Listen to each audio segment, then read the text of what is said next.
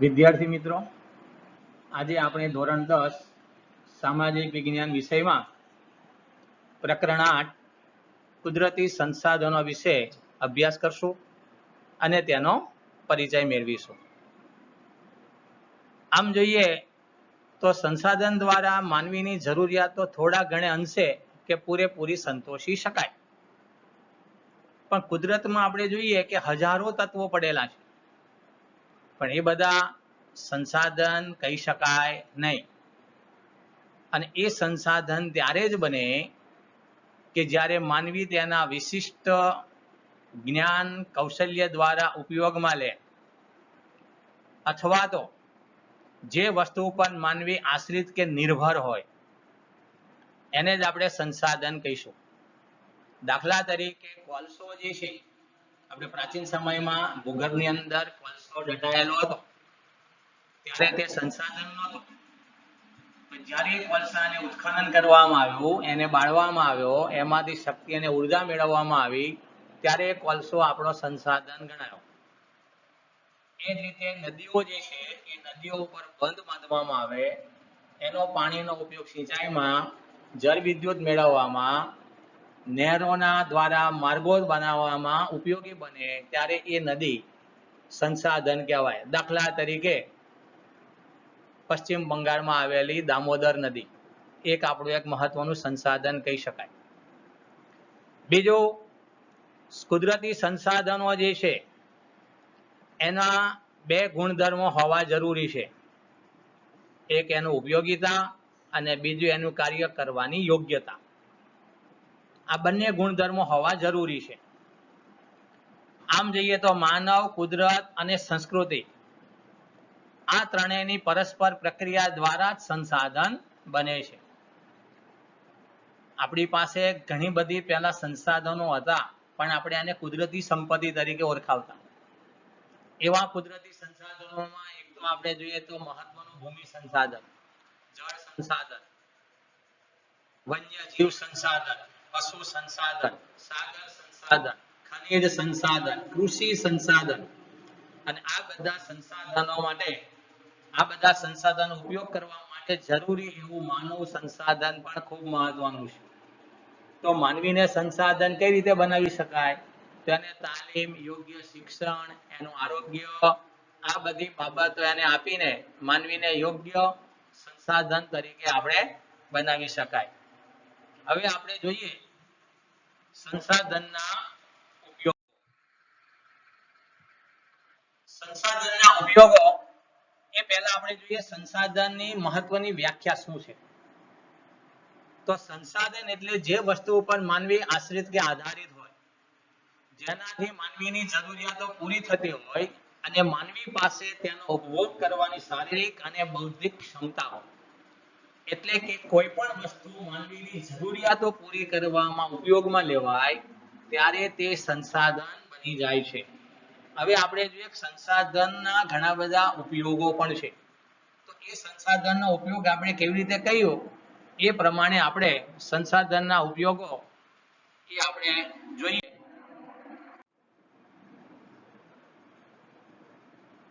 સંસાધનના ઉપયોગો, તો સંસાધનના ઉપયોગો પરીક્ષામાં પણ પ્રશ્ન પૂછાય 2 માર્કમાં કે ભાઈ સંસાધનના ઉપયોગો કેટલા, કયા કયા. બીજી રીતે પૂછાય સંસાધનના ઉપયોગો, માત્ર ઉપયોગો જણાવો, 2 માર્કની અંદર એ પ્રશ્ન પૂછી શકાય. તો સંસાધનના ઉપયોગો આપણે જોઈએ તો સંસાધનના ઉપયોગોમાં એક તો પહેલો ઉપયોગ ખોરાક તરીકે. હવે આપણે જોઈએ કે ખોરાક તરીકે આપણને જે ઉપયોગમાં આવે છે સંસાધન, દાખલા તરીકે ખેતીના ખાદ્ય પાકો, ફળફળાદી, શાકભાજી, માછલા, જળચર પ્રાણીઓ, બીજા પશુઓમાંથી મળતું દૂધ, જંગલની પેદાશોમાંથી મળતું મધ, આ બધા આપણે ખોરાક તરીકે ઉપયોગ કરીએ છીએ. બીજો જે છે કાચા માલના સ્ત્રોત તરીકે.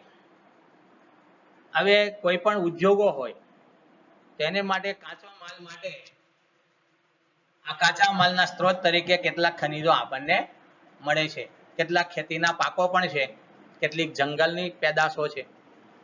હવે ખેતીના પાકોમાં જોઈએ તો શેરડી અને કપાસ બંને છે. ચિત્રમાં જુઓ, શેરડી અને કપાસ ચિત્ર આપેલું છે. તો શેરડીમાંથી ખાંડ બને, તો શેરડી એ ખાંડ માટેનો કાચા માલનો સ્ત્રોત છે.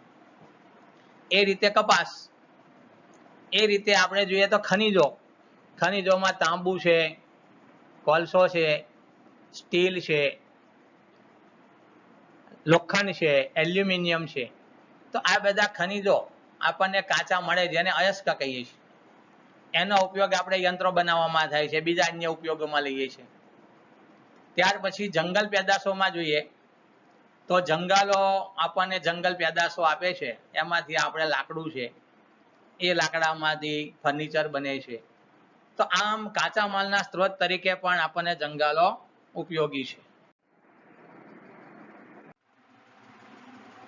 ત્રીજું, શક્તિના સંસાધન તરીકે. હવે શક્તિના સંસાધન એટલે શું? કે જે ખનિજો યંત્રોને ચાલક બળ પૂરું પાડે છે, જે ઈંધણ તરીકે વપરાય છે, બળતણ તરીકે વપરાય છે, એવા ખનિજોને સંચાલન શક્તિના ખનિજો કહીએ છીએ. દાખલા તરીકે કોલસો, ખનિજ તેલ, કુદરતી વાયુ, યુરેનિયમ, આ બધા શક્તિના સંસાધનો છે.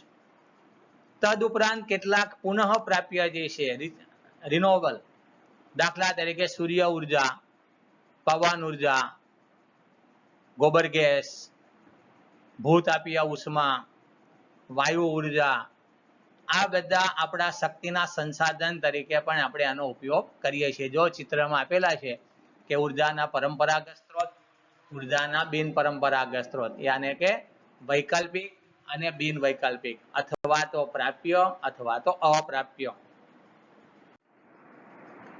હવે આપણે વાત કરશું સંસાધનોના પ્રકાર વિશે. તો સંસાધનોના પ્રકાર આપણે જોઈએ તો આમ જોઈએ તો 3 રીતે સંસાધનના પ્રકારો પાડવામાં આવ્યા છે. 1, માલિકીના આધારે. 2, વિતરણ ક્ષેત્રને આધારે. 3, પુનઃ પ્રાપ્યને આધારે. હવે અહીંયા આપણે જુઓ, માલિકીના આધારે 3 પેટા વિભાગ પડે છે, જેનો ચાર્ટ આપ્યો છે ઉદાહરણ સહિત, ચિત્ર સહિત. એમાં માલિકીના આધારેમાં પહેલું આપણે જોઈએ તો વ્યક્તિગત સંસાધન છે. આ વ્યક્તિગત સંસાધન કોને કહેવાય? તો કોઈ પણ વ્યક્તિ કે પરિવારની માલિકી હોય. દાખલા તરીકે મકાન, જમીન, આ વ્યક્તિગત માલિકીની હોઈ શકે. બીજો જે છે રાષ્ટ્રીય સંસાધન, એટલે કોઈ પણ દેશ અથવા તો પ્રદેશની સાર્વજનિક સંપત્તિ. દાખલા તરીકે અહીંયા ચિત્રમાં જુઓ, લશ્કર, આંતરરાષ્ટ્રીય વ્યાપાર, આ કોઈ પણ દેશ કે પ્રદેશની સાર્વજનિક સંપત્તિ ગણી શકાય. ત્રીજું છે વૈશ્વિક સંસાધન. વૈશ્વિક સંસાધન કોને કહેવાય? તો સમગ્ર વિશ્વની ભૌતિક અને અભૌતિક એવી તમામ સંપત્તિ કે જેનો ઉપયોગ માનવીના કલ્યાણમાં થતો હોય, અને આ સંપત્તિ એવી હોય કે બધા રાષ્ટ્રોની એવી સહિયારી હોય. આપણે ઉદાહરણમાં જોઈએ, પૃથ્વીના 7 ખંડો છે, એમાંથી આર્કટિક ખંડ, એ એન્ટાર્કટિકા ખંડ જે છે, એ એન્ટાર્કટિકા ખંડ એ આપણી સહિયારી કહી શકાય માલિકી, કારણ કે આમાં વિશ્વના ઘણા બધા દેશો અહીંયા પ્રયોગશાળાઓ સ્થાપી છે. એમાં ભારતે પણ ગંગોત્રી નામની એક પ્રયોગશાળા ત્યાં સ્થાપી છે. એટલે આ એક સમગ્ર વિશ્વની કહી શકાય કે આપણે જેને વૈશ્વિક સંસાધન કહીએ. ત્યાર પછી આપણે જોઈએ બીજો પ્રકાર જે છે વિતરણ ક્ષેત્રને આધારે. વિતરણ એટલે કે એની વહેંચણી કરી છે તે. તો આવી વિતરણ ક્ષેત્રને આધારે આપણે જોઈએ તો 4 પેટા પ્રકાર છે, જે અહીંયા ચાર્ટમાં જોઈ શકો છો, ચિત્ર સહિત આપેલા છે. એમાં એક પેટા પ્રકાર છે સર્વ સુલભ સંસાધન. હવે સર્વ સુલભ સંસાધન એટલે કે દરેક જગ્યાએ આપણને મળી રહે. દાખલા તરીકે વાતાવરણમાં રહેલા ઉપયોગી વાયુઓ, અહીં બાજુમાં જુઓ, ઓક્સિજન, નાઇટ્રોજન જેવા વાયુઓ જે છે સર્વ સુલભ છે. બીજું છે સામાન્ય સુલભ સંસાધન. સામાન્ય રીતે મળે તેવા સંસાધનો, એમાં જુઓ આપણે જળ એટલે કે પાણી, ગોચર, તો આ આપણા સામાન્ય સુલભ. ગોચર એટલે કે જ્યાં પશુઓના ચરાણ માટે ઉપયોગમાં લેવાય તેવી જમીન, જેને ગોચર કહીએ છીએ. વિરલ સંસાધન કે જે આપણા જે જગ્યાએથી મળે છે એવા પ્રાપ્તિ સ્થાનો જે છે ને એ મર્યાદિત હોય, અને મર્યાદિત હોય તેવા સંસાધનોને વિરલ સંસાધન કહેવાય. દાખલા તરીકે કોલસો, ખનિજ તેલ, સોનું, તાંબુ અને યુરેનિયમ, જે આપણે બાજુના ચિત્રમાં જોઈ શકો છો. ત્યાર પછી એકલ સંસાધન કે વિશ્વમાં ભાગ્યે જ એક કે બે સ્તરે મળતા હોય એવા ખનિજો. એવા ખનિજોમાં એક તો ક્રાયોલાઇટ છે, અને એ ક્રાયોલાઇટ માત્ર ને માત્ર યુરોપના આવેલા ગ્રીનલેન્ડમાંથી જ આ ક્રાયોલાઇટ મળે છે. ત્રીજો પ્રકાર છે પુનઃ પ્રાપ્ય અને પુનઃ અપ્રાપ્યને આધારે. તો પુનઃ પ્રાપ્ય યાને કે નવીનીકરણ, પુનઃ અપ્રાપ્ય એટલે કે અનવીનીકરણ. પુનઃ પ્રાપ્ય એટલે કે જે સંસાધનનો ઉપયોગ આપણે વારંવાર કરી શકીએ તેવા, દાખલા તરીકે ઝાડપાન, પશુ પક્ષી, સૌર ઉર્જા, પવન ઉર્જા, ભૂતાપીય ઉષ્મા, આ બધા આપણે ફરી વખત ઉત્પાદન કરી શકીએ છીએ. અનવીનીકરણ એટલે કે અપ્રાપ્ય, જેને ઉર્જાના પરંપરાગત સ્ત્રોત કહીએ છીએ, કે જે હવે બહુ લાંબો સમય સુધી ચાલવાના નથી, ટૂંકા ગાળાની અંદર હવે ખલાસ થઈ જવાના છે, અને એને માટે આપણે ઉર્જાના વૈકલ્પિક સ્ત્રોતનો ઉપયોગ હવે પછી કરવો પડશે. તો એવા અનવીનીકરણ સંસાધનોમાં એક તો ખનિજ તેલ, કુદરતી વાયુ અને કોલસો. અત્યાર સુધી આપણે સંસાધનના ઉપયોગો અને તેના પ્રકાર વિશે આપણે વાત કરી. હવે આગળનો મુદ્દો આપણે જોઈએ કે સંસાધનોનું આયોજન અને સંરક્ષણ. તો શા માટે સંસાધનોનું સંરક્ષણ? તો આપણે સંસાધનોના સંરક્ષણ વિશે આપણે જો વાત કરીએ તો સંરક્ષણ કોને કહીશું? તો કુદરતી સાધનોનો વિવેકપૂર્ણ અને સુયોજિત ઉપયોગ માટે કરવામાં આવતું યોગ્ય વ્યવસ્થાપન, જેને આપણે સંસાધનનું સંરક્ષણ કહીશું. હવે સંસાધનના આયોજનનો હેતુ શું છે? તો સંસાધનોના સંરક્ષણથી આપણે વર્તમાન પેઢીને સંસાધનોનો લાંબા સમય સુધી એક ધારો લાભ મળે અને ભાવિ પેઢીની જરૂરિયાતો સંતોષાય, એ આપણો આયોજનનો હેતુ છે. તો સૌથી પહેલા કોઈ પણ એક દેશ કે પ્રદેશને એકમ ગણવામાં આવે, એના ઉપયોગમાં લેવાયેલા હજુ વપરાયા વગરના કે સંભવિત એવા સાધનોની ઉપલબ્ધિ અને વિશેષતા બાબતે જાણકારી મેળવવી, અને આ નવીનીકરણીય સંસાધનોનો વૈજ્ઞાનિક ઢબે વિચાર વિમર્શ કરવાનો છે. હવે જે સંસાધનો મર્યાદિત પ્રમાણમાં છે, કે જે ફરી વખત ઉત્પન્ન થવાના જ નથી, એનો બહુ વૈજ્ઞાનિક ઢબે કરકસર ભર્યો ઉપયોગ આપણે કરવાનો છે. હવે કરકસર એટલે શું? તો માત્ર જોઈએ તેટલો જ ખર્ચ કરવો અથવા તો વાપરવો, જેને આપણે કરકસર કહીએ છીએ. જે સંસાધનોની માત્રા વધારી શકાય છે એવા સંસાધનોના વિકાસ માટે પ્રયત્ન કરવો જોઈએ. દાખલા તરીકે જળ વિદ્યુત છે, પવન ઉર્જા છે, આ બધા ઉર્જાના પરંપરાગત સ્ત્રોત નહીં પણ બિન પરંપરાગત સ્ત્રોતનો ઉપયોગ કરવાનો. અને જે સંસાધનનું પ્રમાણ વધારી શકાય તેમ ન હોય તો એના વિકાસ માટેના સઘન પ્રયત્નો કરવા. જે સંસાધનો વર્તમાનમાં એકદમ સસ્તા છે, સામાન્ય રીતે ઉપલબ્ધ હોય, એને વેડફવાને બદલે એની ભાવિ જરૂરિયાત માટે આપણે કરકસર કરવાની છે. અને જે સાધનો મર્યાદિત પ્રમાણમાં છે એને જાળવી રાખવાના પ્રયત્નો કરવાના છે. અને જાળવી ક્યારે રાખશું? વૈકલ્પિક સ્ત્રોતનો વધુમાં વધુ ઉપયોગ કરશું તો આપણે કોલસો, ખનિજ તેલ, કુદરતી વાયુ જેવા ઉર્જાના પુનઃ અપ્રાપ્ય સાધનો છે, આપણે એને જાળવી રાખશું. આગળનો મુદ્દો જોઈએ તો ટેકનિકલ વિકાસ દ્વારા વૈકલ્પિક સ્ત્રોતની શોધ લાંબા ગાળે ફાયદાકારક છે. સરકારે સંસાધનોના સંરક્ષણ માટે કાયદાકીય નિયમો બનાવી અને સખતમાં સખત એનો અમલ કરાવવો જોઈએ.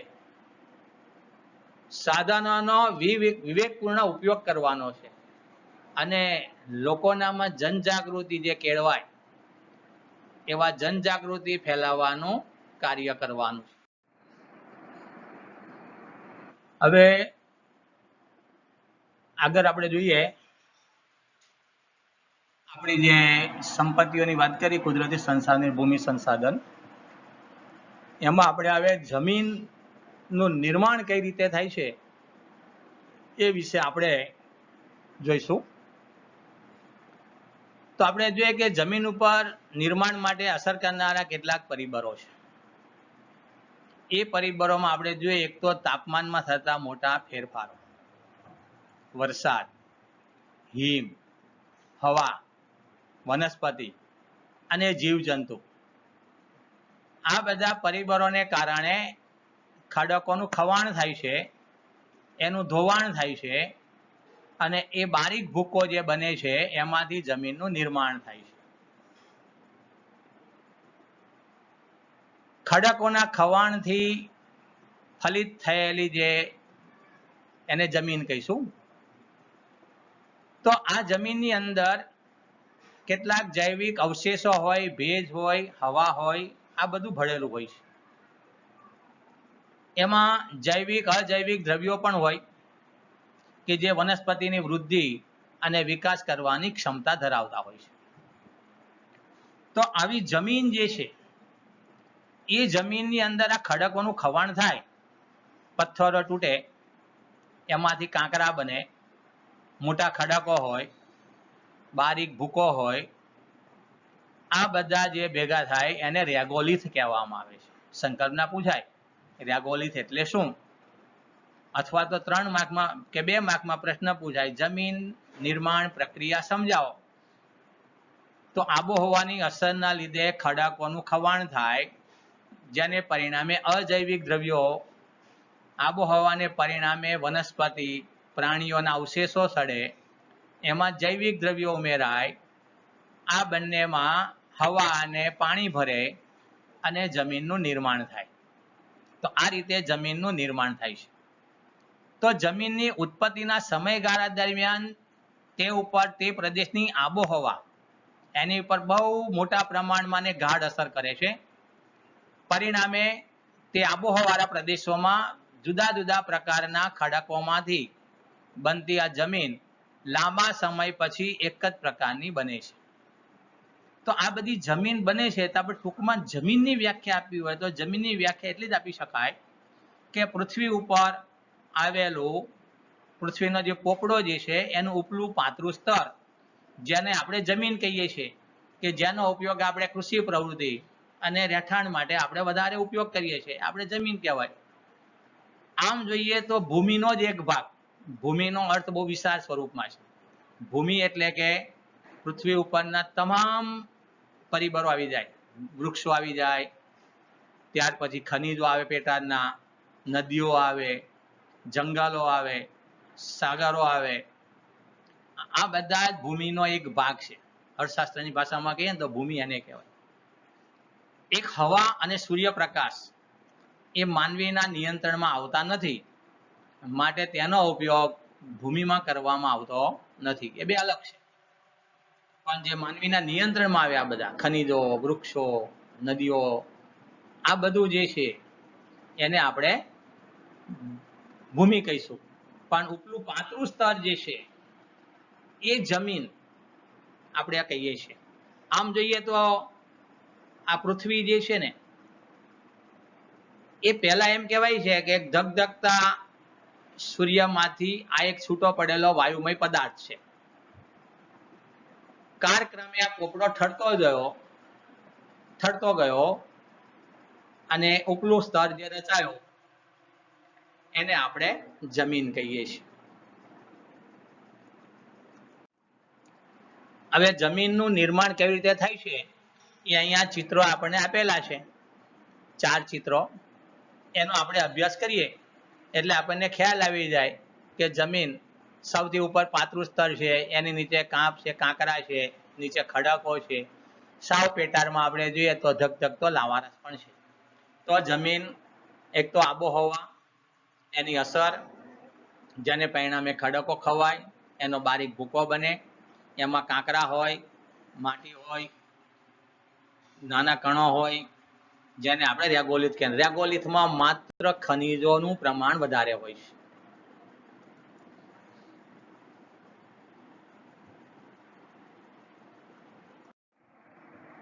તો આપણે જમીનની વ્યાખ્યા સમજ્યા. હવે આપણે જમીનના પ્રકાર વિશે સમજશું. તો જમીનના પ્રકાર તેના રંગ, આબોહવા, માતૃખડકો, કણરચના અને ફળદ્રુપતાની બાબતોને ધ્યાનમાં રાખીને નક્કી કરવામાં આવે છે. આપણે જોઈએ કે ભારતનું કૃષિ સંસાધન પરિષદ છે ICAR, એણે ભારતની જમીનને 8 પ્રકારમાં વર્ણન કર્યું છે. તેવા આપણે 8 પ્રકાર જોઈએ જમીનના પ્રકારોમાં. કાપની જમીન, બીજી રાતી અથવા તો લાલ જમીન, ત્રીજી કાળી જમીન, ચોથી પડખાવ જમીન, 5 રણ પ્રકારની જમીન, 6 પર્વતીય જમીન, 7 જંગલ પ્રકારની જમીન, 8 દલદલ કે પીટ પ્રકારની જમીન. દલદલ એટલે કે કાદવ કીચડ વાળી જમીન. તો જમીનના પ્રકારોમાં પહેલી આપણે વાત કરીએ કાપની જમીન. હવે કાપની જમીન ભારતના કુલ ક્ષેત્રફળના લગભગ 43% ક્ષેત્રફળમાં આ જમીન આવેલી છે. કાપની જમીનના 2 પ્રકાર પડે, એક ખદ્દર અને બીજી બાંગર. ખદ્દર જમીન એટલે કોને કહીશું કે નદીઓના નવા કાંપની જમીન, જ્યાં દર વર્ષે નદીઓ નવો કાંપ ઉમેરતી હોય તેવું. બાંગર એટલે કે નદીઓના જૂના કાંપની જમીન, જે નદીઓના ખીણ પ્રદેશોમાં જોવા મળે છે, જેનો રંગ ભૂખરો જોવા મળે છે, એવી જમીન બાંગર જમીન. તો ભારતની આ કાપની જમીન આવેલી છે જમીન એ પૂર્વમાં બ્રહ્મપુત્રથી માંડી પશ્ચિમે સતલજ નદી સુધીના ઉત્તર ભારતનું મેદાન. નકશા પૂર્તિમાં પૂછાય કાપની જમીનનો એક પ્રદેશ બતાવો, તો કાપની જમીનનો એક પ્રદેશ આપણે સૌથી વધુ જમીન ઉત્તર ભારતના મેદાન પ્રદેશ એટલે કે ઉત્તર ભારત, બિહાર, આ બાજુ પંજાબ, બંગાળ, આ બધા વિસ્તારોમાં કાપની જમીન આવેલી છે. સૌથી મોટો વિસ્તાર છે આપણો. દક્ષિણ ભારતમાં જમીન જોઈએ તો નર્મદા, તાપી, મહાનદી, ગોદાવરી, કૃષ્ણા અને કાવેરીના ખીણ પ્રદેશમાં બાંગર જમીન છે લગભગ મોટે ભાગે. પણ મહાનદી, ગોદાવરી, કૃષ્ણા અને કાવેરી નદીના મુક્ત ત્રિકોણ પ્રદેશમાં આ ખદ્દર જમીન આવેલી છે. દર વર્ષે અહીંયા નવો કાંપ ઉમેરાય છે. તો આ કાપની જમીનના 2 પ્રકાર વિશે આપણે વાત કરી. હવે આ જમીનના લક્ષણો કયા છે? પ્રશ્ન પૂછાય કાપની જમીન વિશે જણાવો, અથવા તો 2 માર્કમાં પૂછાય કાપની જમીનના લક્ષણો જણાવો. તો લક્ષણમાં આપણે જોઈએ તો આ જમીનમાં પોટાશ, ફોસ્ફેરિક એસિડ અને ચૂનાનું પ્રમાણ વધુ હોય છે, જ્યારે આમાં નાઇટ્રોજન અને હ્યુમસનું પ્રમાણ ઓછું હોય છે. હ્યુમસ એટલે કે સેન્દ્રિય પદાર્થો. આ જમીનમાં જુદા જુદા કઠોળના પાક લેવામાં આવે તો જમીનમાં નાઇટ્રોજનનું પ્રમાણ વધારી શકાય છે. આ જમીનમાં કયા કયા પાકો લઈ શકાય? તો ઘઉં, ડાંગર, શણ, કપાસ, મકાઈ અને તેલીબિયા જેવા પાકો એ લઈ શકાય છે. જમીનનો બીજો પ્રકાર રાતી અથવા લાલ જમીન. હવે રાતી અથવા લાલ જમીન દક્ષિણના દ્વીપકલ્પીય પ્રદેશમાં તમિલનાડુથી બુંદેલખંડ સુધી અને પૂર્વમાં રાજમહાલની ટેકરીઓ સુધી અને પશ્ચિમે કચ્છ સુધી વિસ્તરેલી છે. હવે આ જમીન મોટે ભાગે રાજસ્થાનમાં આવેલી છે. એમાં રાજસ્થાનમાં ઉદયપુર, ચિત્તોડગઢ, ડુંગરપુર, બાંસવાડા અને ભીલવાડા જેવા જિલ્લાઓમાં આવેલી છે. બાજુમાં લાલ જમીનનો ચિત્ર આપેલું છે.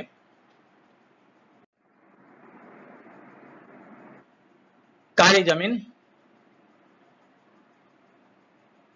ભારતના કુલ ક્ષેત્રફળના લગભગ 15% ક્ષેત્રમાં જમીન ફેલાયેલી છે.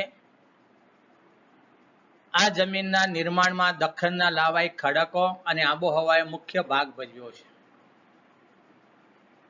હવે આ જમીન મોટે ભાગે જોઈએ તો મહારાષ્ટ્ર મુખ્ય વધારે પડતી જમીન મહારાષ્ટ્રમાં છે. તમિલનાડુ, કેરળ, કર્ણાટક, સૌરાષ્ટ્ર, દક્ષિણ ગુજરાત, મધ્યપ્રદેશ અને છત્તીસગઢના કેટલાક એવા જિલ્લાઓમાં આ કાળી જમીન આવેલી છે. તેના લક્ષણો જોઈએ કે આ જમીનમાં ચૂનો, કેલ્શિયમ, પોટાશ, એલ્યુમિનિયમ, મેગ્નેશિયમ કાર્બોનેટનું પ્રમાણ વધારે હોય છે. એ ફળદ્રુપ અને ચીકણી હોય છે. આ જમીન ભેજને લાંબો સમય સુધી સાચવી રાખવાની ક્ષમતા ધરાવે છે. ભેજ સુકાય છે ત્યારે તેમાં તિરાડો પડે છે. આ જમીનમાં કપાસ, અળસી તેમજ અડદ જેવા કઠોળના પાક લઈ શકાય છે.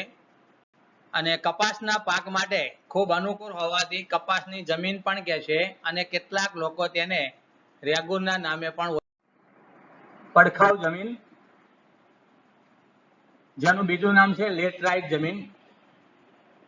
લેટરાઇટ નામ લેટિન ભાષાના શબ્દ લેટર એટલે કે ઈંટ ઉપરથી પડ્યું છે.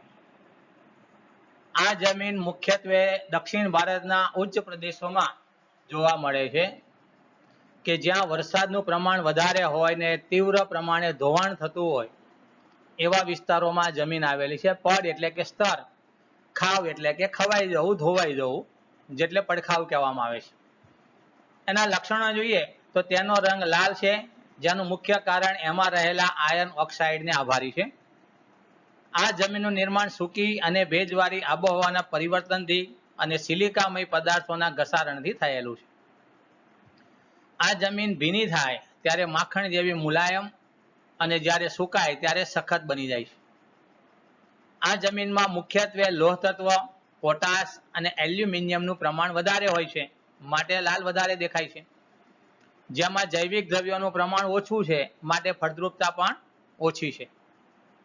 એમાં ખાતર નાખી કપાસ, ડાંગર, શેરડી, રાગી, કોફી, કાજુ જેવા પાકો લઈ શકાય છે. રણ પ્રકારની જમીન. આ જમીન મુખ્યત્વે રાજસ્થાન, ગુજરાતનો કચ્છ, પંજાબ, હરિયાણાના દક્ષિણ ભાગમાં આ જમીન આવેલી છે. આ જમીનના લક્ષણો જોઈએ તો તે રેતાળ અને ઓછી ફળદ્રુપ છે, જેમાં ક્ષાર કણોની અધિકતા વધારે છે અને જૈવિક દ્રવ્યોની ઓછપ જોવા મળે છે. પણ આ વિસ્તારમાં જો સિંચાઈનો લાભ આપવામાં આવે, સિંચાઈની સગવડ કરવામાં આવે તો જુવાર અને બાજરીનો પાક લઈ શકાય છે. આજે નર્મદા નહેરનું પાણી અને ઇન્દિરા નહેરનું પાણી ઉત્તર રાજસ્થાનને મળ્યું, જેને પરિણામે ઉત્તર રાજસ્થાનના પ્રદેશોમાં આજે બાજરી અને જુવાર જેવા પાકો લઈ શકાય છે. પર્વતીય જમીન. આ જમીન ભારતની હિમાલયની ખીણમાં તળાઈના ક્ષેત્રમાં લગભગ 2700 થી 3000 મીટરની ઊંચાઈ ઉપર જમીન આવેલી છે. ખાસ કરીને હિમાલય અને પૂર્વ હિમાલયની શ્રેણીઓમાં વધારે જોવા મળે છે. રાજ્યોમાં જોઈએ તો જમ્મુ કાશ્મીર, હિમાચલ પ્રદેશ, ઉત્તરાખંડ, દાર્જિલિંગ, આસામ, અરુણાચલ પ્રદેશ આ ક્ષેત્રમાં પર્વતીય જમીન જોવા મળે છે. એના લક્ષણો જોઈએ તો આ જમીનનું સ્તર પાતળું અને અપરિપક્વ હોય છે. જંગલવાળા જે ભાગોમાં જૈવિક દ્રવ્યોનું પ્રમાણ વધારે હોય છે. પ્રકારની જમીન ખાસ કરીને હિમાલયના શંકુદ્રુમ જંગલોના વિસ્તારમાં આશરે 3000 થી 3100 મીટરની ઊંચાઈ વચ્ચેના ભાગમાં, એમાં મધ્ય હિમાલયનું તરાઈ ક્ષેત્ર અને સહ્યાદ્રી પર્વતમાળાનો પૂર્વ ઘાટના પ્રદેશોમાં આ જમીન આવેલી છે. એના લક્ષણો જોઈએ તો આ જંગલોના વૃક્ષોના ખરેલા પાંદડાથી અહીંયાની જમીન ઢંકાયેલી રહે છે. આ પાંદડા સડવાથી સેન્દ્રિય તત્વોનું પ્રમાણ વધે છે, માટે જમીનનો ઉપલો ભાગ કાળો બની જાય છે. પણ જમીન તળના નીચે ભાગે જ્યારે જઈએ ત્યારે આ જમીન ભૂરા કે લાલ રંગમાં બદલાઈ જાય છે. અત્યંત મર્યાદિત ક્ષેત્ર આ જમીન ધરાવે છે. આ જમીનમાં ચા, કોફી, તેજાના એટલે કે મરી મસાલા જેવા પાકો ઉપરાંત ડાંગર, ઘઉં અને મકાઈ જેવા પાક લેવામાં આવે છે. દલદલ પ્રકારની જમીન અથવા તો પીટ પ્રકારની જમીન. આ જમીન ભેજવાળા વિસ્તારોમાં જૈવિક પદાર્થોના સંગ્રહમાંથી વિકસેલી છે. આ જમીનમાં જૈવિક પદાર્થો અને ક્ષારોની અધિકતા તથા ફોસ્ફેટ અને પોટાશની ઓછપ જોવા મળે છે. વર્ષા ઋતુ દરમિયાન આ જમીન જળમગ્ન હોય છે, એટલે કે પાણીમાં ડૂબેલી હોય છે. પણ જ્યારે પાણી ઓસરી જાય, જમીન ખુલ્લી થાય, ત્યારે અહીંયા ડાંગરની ખેતી કરવામાં આવે છે. આપણે જમીનના પ્રકારો જોયા. હવે આપણે એની સમજૂતી નકશા દ્વારા મેળવીએ. હવે પરીક્ષાની અંદર આ નકશાનો પ્રશ્ન પૂછાય, કોઈ પણ જમીન દર્શાવો, તો આપણે દરેક જમીનની કઈ જગ્યાએ આવેલી છે, કયા સ્થળે છે, એની યોગ્ય સંજ્ઞાઓ પણ આપેલી છે. દાખલા તરીકે કાંપની જમીન, તો ઉત્તરનું મેદાન જુઓ, એમાં પીળો કલર આપેલો છે. જ્યાં જ્યાં પીળો કલર જણાય છે, ગુજરાતનો કેટલોક ભાગ છે, ઉત્તર પ્રદેશનો ભાગ છે, બિહારનો ભાગ છે, આસામનો કેટલોક ભાગ છે. તો આ પીળો કલર જે બતાવે છે એ બધી કાંપની જમીન છે. ભારતના મધ્ય ભાગમાં જે કાળો કલર જોવા મળે છે, રાખોડી કલર જેવો, એ કાળી જમીન દર્શાવતો પ્રદેશ છે. એમાં મુખ્યત્વે સૌથી વધુ જમીન કાળી જો આવી હોય તો મહારાષ્ટ્રમાં, કેટલોક મધ્યપ્રદેશ, છત્તીસગઢ, કર્ણાટક, ગુજરાતનો સૌરાષ્ટ્ર, આપણું દક્ષિણ ગુજરાત, તો એ બધી કાળી જમીન આવેલી છે. રાતી જમીન અથવા તો લાલ જમીન, જ્યાં લાલ કલર બતાવ્યો છે, એમાં ઓરિસ્સાનો કેટલોક ભાગ છે, આંધ્રપ્રદેશનો ભાગ છે, તમિલનાડુ છે, મહારાષ્ટ્ર છે, ગોવા છે, પેલી બાજુ પૂર્વના હિમાલયના પ્રદેશો છે, મેઘાલય જેવા રાજ્યો, આ મેઘાલય રાજ્ય છે, મણિપુર રાજ્ય છે. આ લાલ કલર જ્યાં જ્યાં બતાવ્યો છે તે રાતી જમીન છે. લેટરાઇટ જમીન જે જોવા મળે, જે લીલો કલર છે, ગ્રીન કલર, ખાસ કરીને પશ્ચિમ ઘાટની ગિરિમાળા, કે જ્યાં 300 સેન્ટીમીટર કરતા વધુ વરસાદ પડે છે. ત્યાર પછી મેઘાલય રાજ્યમાં છે, આસામની નજીક મેઘાલય રાજ્ય, બાંગ્લાદેશથી ઉપર. ત્યાર પછી પશ્ચિમ બંગાળમાં કેટલોક ભાગ છે વરસાદનો, મધ્યપ્રદેશમાં છે. તો આ બધા લેટરાઇટ જમીનનો ભાગ છે. સૌથી ઊંચાઈ પર જમ્મુ કાશ્મીર, ઉત્તરાખંડ, હિમાચલ, અરુણાચલ, સિક્કિમ, અહીંયા જે કોફી કલર જેવો દર્શાવ્યો છે કલર, એ પર્વતીય જમીન છે. ત્યાર પછી રણ પ્રકારની જમીન જોઈએ તો રણ પ્રકારની જમીન જ્યાં સ્કાય બ્લુ કલર છે, રાજસ્થાનનો રણ પ્રદેશ, ગુજરાતનો કચ્છનો કેટલોક ભાગ આપેલો છે.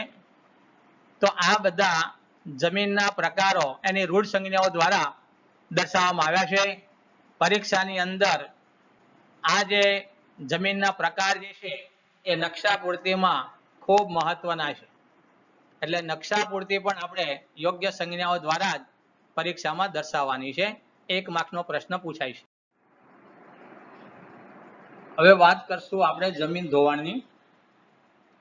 તો જમીન ધોવાણ એટલે શું? તો જમીન ધોવાણ એટલે ગતિશીલ હવા અને પાણી દ્વારા જમીનની માટીના કણોને ઝડપથી એક સ્તરેથી બીજા સ્તરે દૂર ઘસડાઈ જવું અથવા તો ધકેલાઈ જવું. હવે જમીન ધોવાણ બે રીતે થાય, એક વહેતા પાણી થકી અને બીજું પવનો થકી.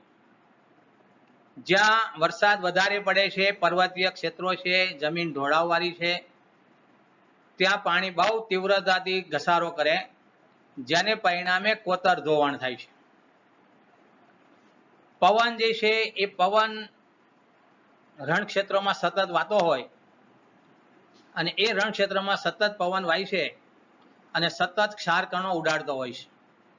એક ક્ષાર કણો કાળક્રમે ધીમે ધીમે સારી ખેતીલાયક જમીન ઉપર બેસે છે અને જમીન બિનફળદ્રુપ બની જાય છે. જમીન જ્યારે બિનઉપયોગી બને ત્યારે એને ખરાબાની જમીન કહેવામાં આવે છે. એટલે જમીનનું ધોવાણ અટકાવવા માટેના કેટલાક ઉપાયો પણ છે. જમીન ધોવાણ અટકાવવાના ઉપાયો, આ એક પરીક્ષાની લક્ષીએ ખૂબ મહત્વનો પ્રશ્ન છે, કરંટ ટોપિક છે. જમીન ઉપર થતી ચરાણ પ્રવૃત્તિઓનું નિયમન કરવું જોઈએ. ઢોળાવવાળી જમીનોમાં સમોચ્ચ રેખીય પગથિયાની પદ્ધતિથી વાવેતર કરવું જોઈએ. પડતર જમીનમાં વૃક્ષારોપણ કરવું જોઈએ. જ્યાં પાણીના વહેણના ખાડા પડ્યા હોય ત્યાં આડબંધો બાંધવા જોઈએ અથવા તો બંધારા બાંધવા જોઈએ, જે બાજુમાં ચિત્ર આપેલું છે. પાણીનો વેગ ધીમો પાડવા ઢાળવાળા ખેતરમાં ઊંડી ખેડ કરવી. પડ ધોવાણ થતું અટકાવવા ખેતરની ફરતે પાળા બાંધવા જોઈએ અને વૃક્ષારોપણ કરવું જોઈએ. ભૂમિ સંરક્ષણ. ભૂમિ સંરક્ષણ એટલે જમીનનું ધોવાણ અટકાવી જમીનની ગુણવત્તા જાળવવી. અહીંયા કેટલાક ચિત્રો આપેલા છે. એક ચિત્ર છે સપાટી ઉપરથી વહેતું પાણી જે ઢોળા ઉપરથી ઝડપથી વહે છે. એની નીચે આપેલું છે ઝડપથી વહેતું પાણી જમીનમાં ખૂબ ઓછું ઉતરે છે. તો એ બે સામે ધોવાણ અટકાવવા માટે પહેલું ચિત્ર જેની સામેનું બીજું ચિત્ર છે કે ઢોળા ઉપર કરેલ સમોચ્ચ કેરીઓ એમાં પાણી રોકે છે, જેથી કરીને મોટા ભાગનું પાણી તેમાં સંગ્રહાય છે. બીજાના ચિત્રમાં જુઓ તો ઢોળા ઉપર રોકેલું પાણી ધીમે ધીમે જમીનમાં ઉતરે છે અને ભૂગર્ભ જળના સ્તરમાં વધારો કરે છે. તો ભૂમિ સંરક્ષણના ઉપાયો જોઈએ તો પડતર જમીન ઉપર જંગલ ઉગાડવા જોઈએ, કારણ કે વૃક્ષના મૂળ જમીનના કણોને જકડી રાખે છે. બાજુમાં એક ચિત્ર આપેલું જુઓ, પર્વતીય વિસ્તારોમાં સીડીદાર ખેતરો બનાવવા જોઈએ. ઢોળાવવાળા વિસ્તારોમાં વૃક્ષો ઉગાડીને ભૂમિ ધોવાણ અટકાવીને ઓછું કરી શકાય. નદીઓના ખીણોમાં થતું ધોવાણ અટકાવવા માટે એની ઉપર બંધારા કે નાના બંધો બાંધીને પ્રવાહની ગતિને મંદ કરી શકાય. નદી કિનારે વૃક્ષારોપણ કરીને પણ જમીનનું ધોવાણ અટકાવી શકાય. રણ પ્રદેશ જ્યાં આગળ વધે છે એ રણ પ્રદેશોની ધારમાં હારબંધ વૃક્ષો ઉગાડી રક્ષક મેખલા બનાવીને પણ રણ પ્રદેશને આગળ વધતું અટકાવી શકાય છે. નદીઓના પૂરને અન્ય નદીઓમાં વાળીને એ પૂરના પાણીથી સૂકી નદીઓ ભરીને પૂરને અંકુશમાં લઈ શકાય.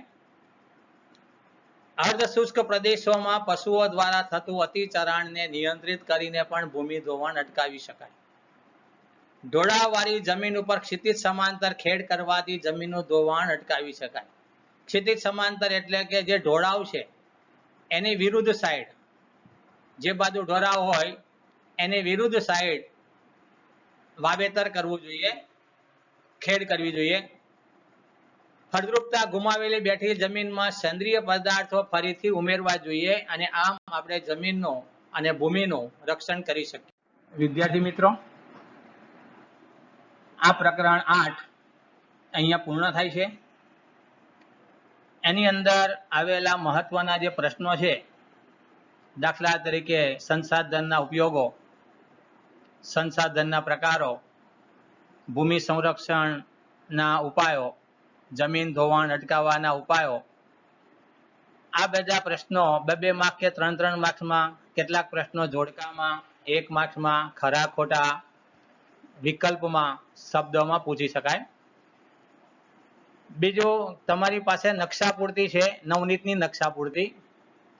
એ નકશા પૂર્તિની અંદર આ ચેપ્ટરનો અભ્યાસ કરી જમીનના પ્રકાર જે સ્તરે યોગ્ય સ્તરે દર્શાવવાના હોય ત્યાં તમે યોગ્ય રંગો દ્વારા કે યોગ્ય સંજ્ઞાઓ દ્વારા તમે દર્શાવી શકો છો. ખૂબ ખૂબ આભાર. Thank you very much.